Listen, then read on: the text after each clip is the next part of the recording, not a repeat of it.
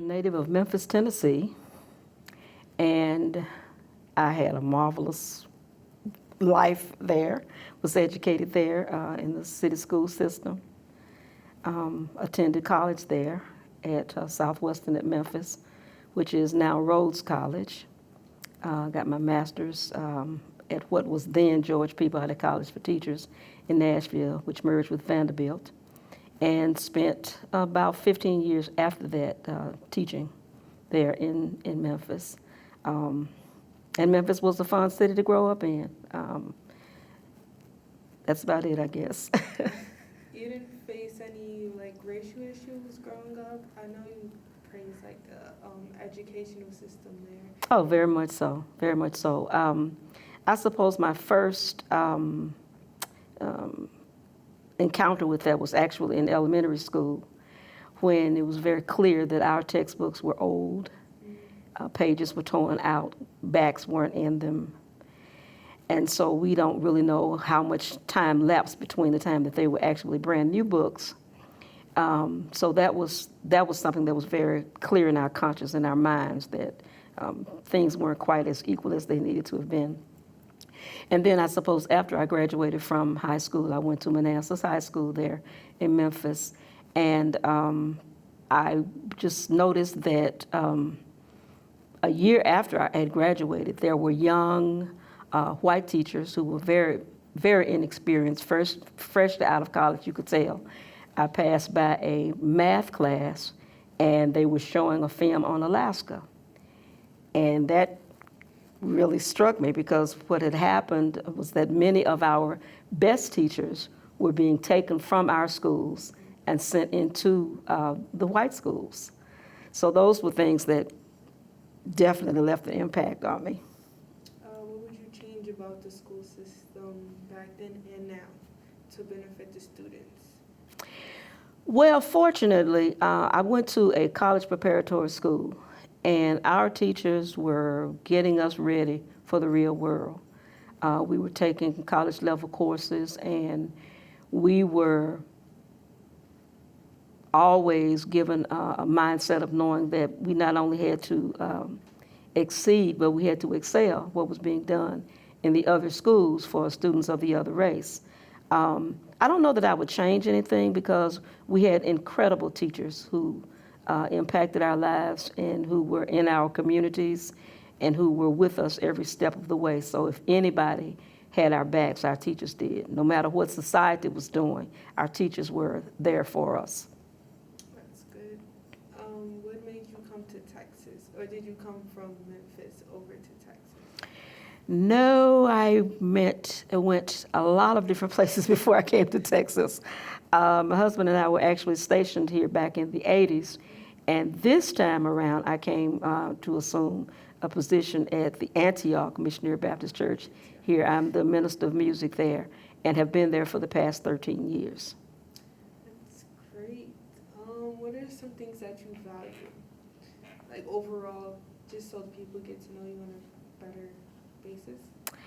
My faith, my family, my friends, and basically life itself.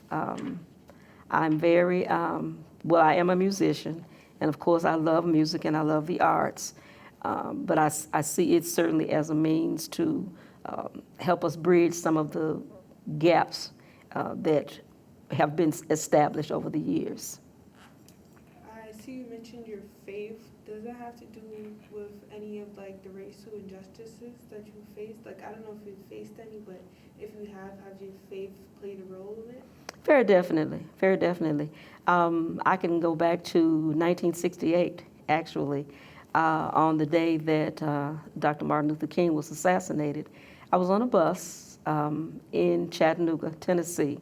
We were members of the All-State Choir then, and there was this little white girl that said, "Martin Luther is dead." And I thought, and that was very a monumental moment for me, because I had to decide right then and there, am I going to allow her ignorance and her bigotry, how is that going to affect me and impact my life? And I decided then that in spite of the racism, if you will, that was not going to cause me to be less of the person that I was created to be. And that's been 50 years ago. That's an amazing story. Thank you for sharing that. Do you think there needs to be any changes in society regarding race? Oh, very much so. We need to begin seeing each other as being equal, realizing that we are members of the human race, in spite of what our ethnicity is. We need to begin thinking, as the scripture says, to think better of the other man than we do of ourselves. And of course, that's difficult to do. But if we are not mindful of the fact that our humanity is the same, we all have the same blood. There's no such thing as blue blood. That's one of those isms that, colloquialisms that needs to die because it's all red. But I think that we need to begin to certainly spend more time even with each other. We can't stay isolated. We can't ostracize ourselves from others because we don't trust who we don't know, and we don't take time to learn what it is to be known about a person. So if we will begin to spend time and just begin to see each other as we see ourselves, so to speak, that society will be better. Okay, how do you feel about people believing that the church is responsible or should do more to promote political things? Well, because I'm a child of the 50s, I saw the civil rights movement in the 60s. And of course, the churches were very active in everything that was going on. The meetings were held there. The rallies were held there. And the majority of our leaders at one point in time were church leaders. And so I think the church has a key role to play in combating racism as it is today.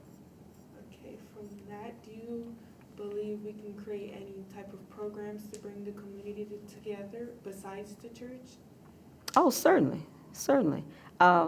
We cannot leave everything to the church, but certainly we can begin on an individual basis to create those times of sharing. For example, my church for the past several years has been in communion with a Jewish congregation here in the city. We get together every Martin Luther King birthday. We attend their service, their Shabbat service on the Friday, usually before the Martin Luther King service. And our pastor preaches there. And then that following Sunday, their rabbi comes to us, and our choirs mingle.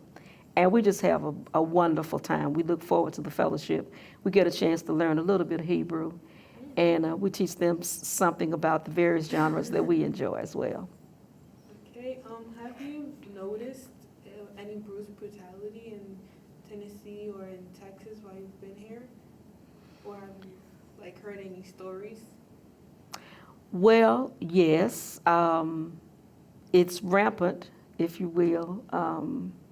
I don't know specifically, I guess, of any instances, any more than what I see and hear on the news, of course.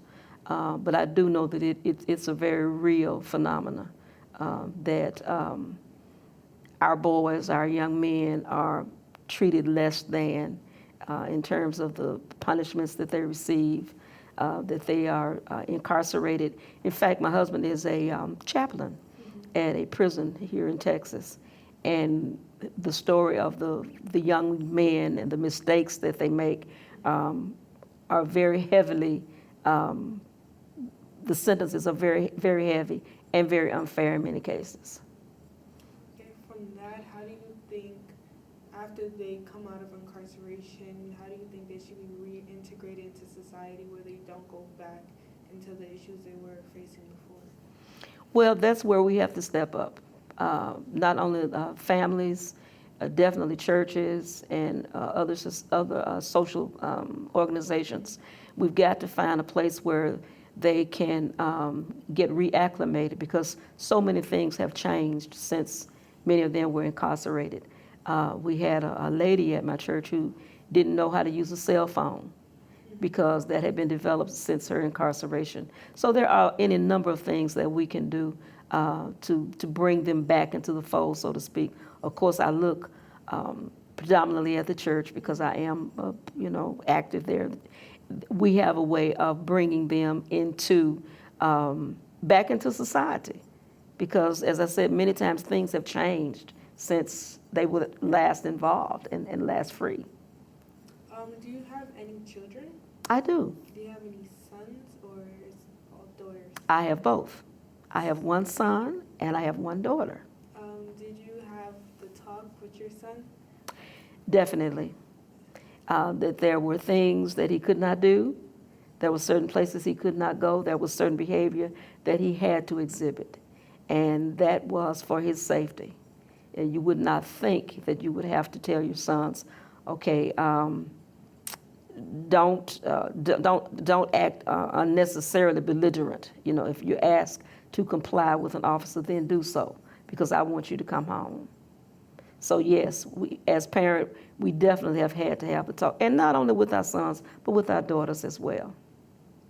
Do you think it's imperative now to have the talk compared to back then? Very much so, very much so. You see, there was a time when the lines, if you will, were very clear in our communities. And I often say that children that were born after 1960 have no clue. Mm-hmm. They have no clue because they've gone to school. The schools have been integrated. At one point in time, it was much clearer. There were certain days you could go to the zoo. There were certain days that you could go to the fairgrounds. And of course now, because they've all gone to school together, in their minds, we're all equal, and we are, of course, but things are a little more covert now than they were then. So from that being said, do you think this is more of a progressive era, or we still have things to work on?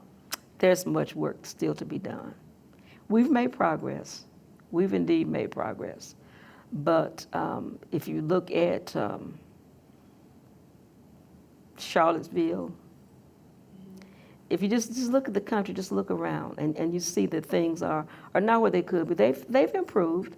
I certainly cannot say that they have not, but indeed there are still segments of our community, of our society rather, that are not progressive, that are set in their own mindset, have preconceived ideas about who is, who isn't, who should, the haves and the have-nots, if you will. And that still needs to change.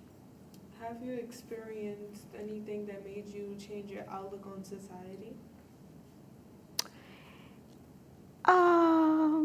Let me say this to you. When I was working on my master's, I had an instructor who said to me, and I want to say he was Austrian, and he said to me, and I'll try to mimic his voice, he said, if someone had said to me 40 years ago that a black girl could play Schubert the way you just did, I would not have believed it. Well, I'll never forget that. And what it said to me was that he was a product of the society in which he was raised. And not having encountered a black girl, if you will, who was just as gifted as any of his other students, he was taken aback. I had another professor that I'd done my project, and he gave me a C. And I thought, well, no, this was not a C. And what he said to me was, well, you didn't seem to be serious. And I thought, I have to be serious to get a grade? And what I said to him, because at the time I was still teaching in Memphis, Tennessee, and I said to him, I have students that come in off the street. I taught in a junior college at the time. I have students that say to me, I'm trying to kick the habit. I'm on heroin, which I guess they were saying heroin. I had a young lady to come in my office and completely strip because she had taken some kind of drug. I guess someone had slipped one into her drink. And so I said to him, so if I don't have a sense of humor, then I'm not going to survive. And so, in getting back to your question, I haven't changed my view of society. I think I'm just realistic. I'm optimistic. I'm very hopeful that we will begin to become the beloved community. And yet, I know that all that glitters is not gold.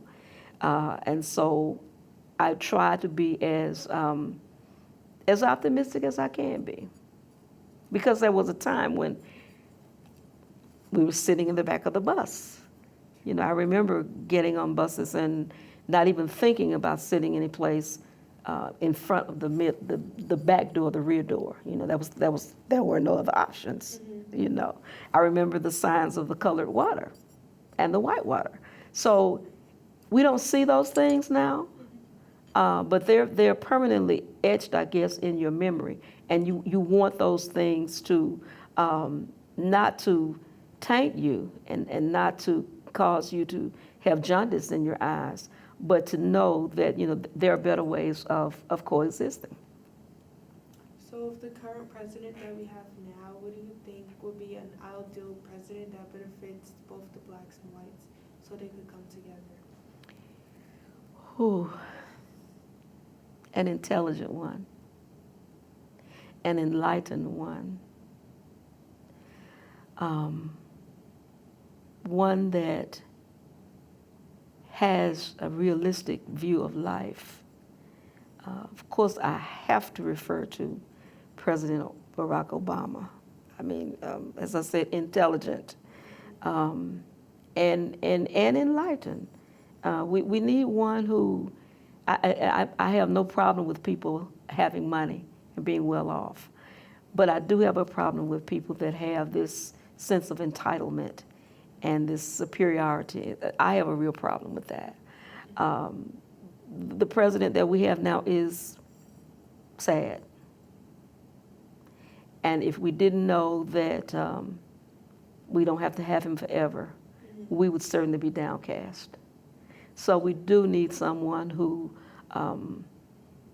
has had some real life experiences, one who understands and cares for the plight of the common man, one who has empathy, one who has morals, one who has values that don't favor one socioeconomic group above another.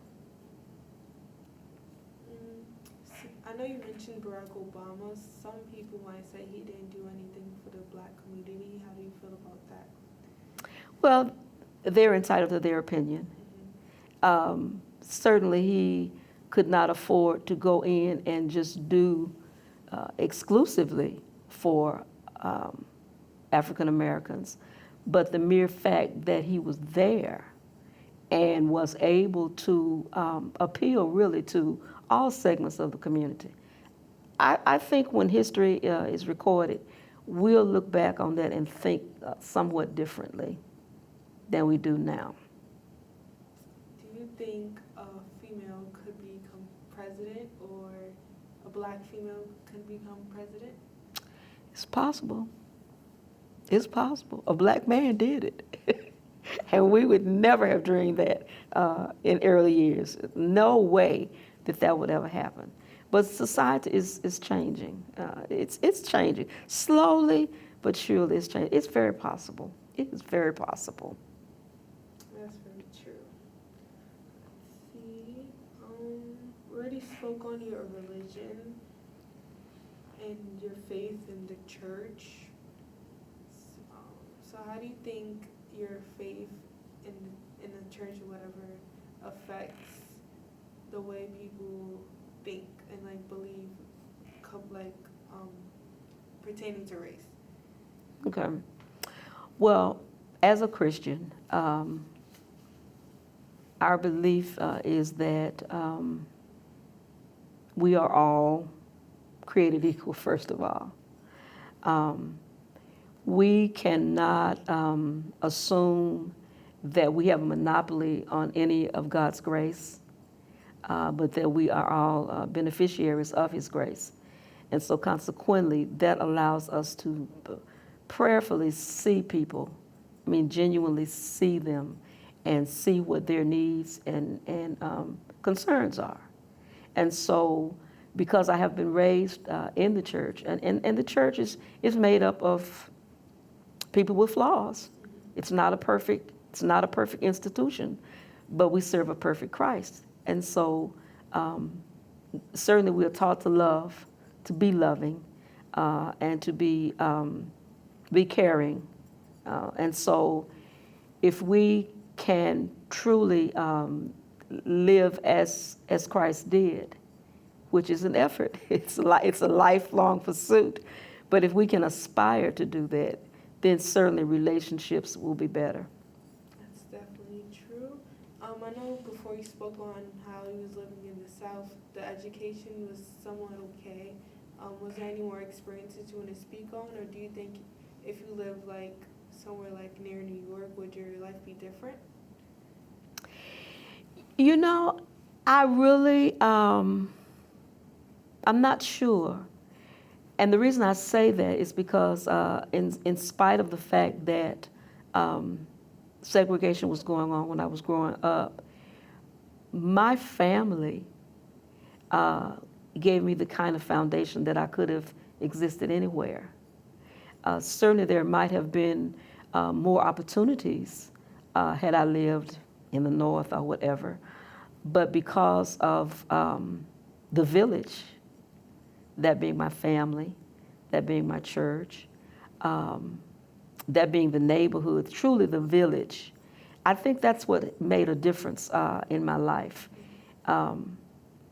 There was a great sense of community, and in fact, you know, we often laugh about the fact that if we didn't speak to people, they would get on the phone and tell our parent, and we'd have to basically pay for it twice because, you know, we were representing them. And so, yeah, I just believe that no matter where I had been raised, because of the strength of my family, because of the faith of my family, that I would not have turned out, I don't think, any differently. I think that's a good story. Thank you for taking the time to tell me these stories. Is there anything else you'd like to speak on that I haven't asked you yet? Well, I'm certainly pleased to have been a part of this project. I'm certainly proud of the HBCUs. They have made a world of difference, and I'm hoping that something that was said will encourage our young people to know that greater is He that is in you than he that is in the world. There's nothing that you cannot do. You have to indeed have a strong foundation. You can't be carried around, carried away with all the opinions of the world, because it's like the wind, it's going to change. But value who you are, take ownership of your gifts and your talents, and use them for the betterment of mankind. Thank you. We're getting towards the end of the interview. What is something else like would give to the youth for something for them to take later on in life regarding racism, or just a token of knowledge? Never allow racism to cause you to be less than who you were created to be. Racism is real. I don't know how long it will exist, possibly until the end of time. But you indeed have been gifted, and you cannot allow the whims, as I said, of society, of the hatred, of the bigotry, of any of those things to cause you to be less than who you were created to be. Be the very best that you can be.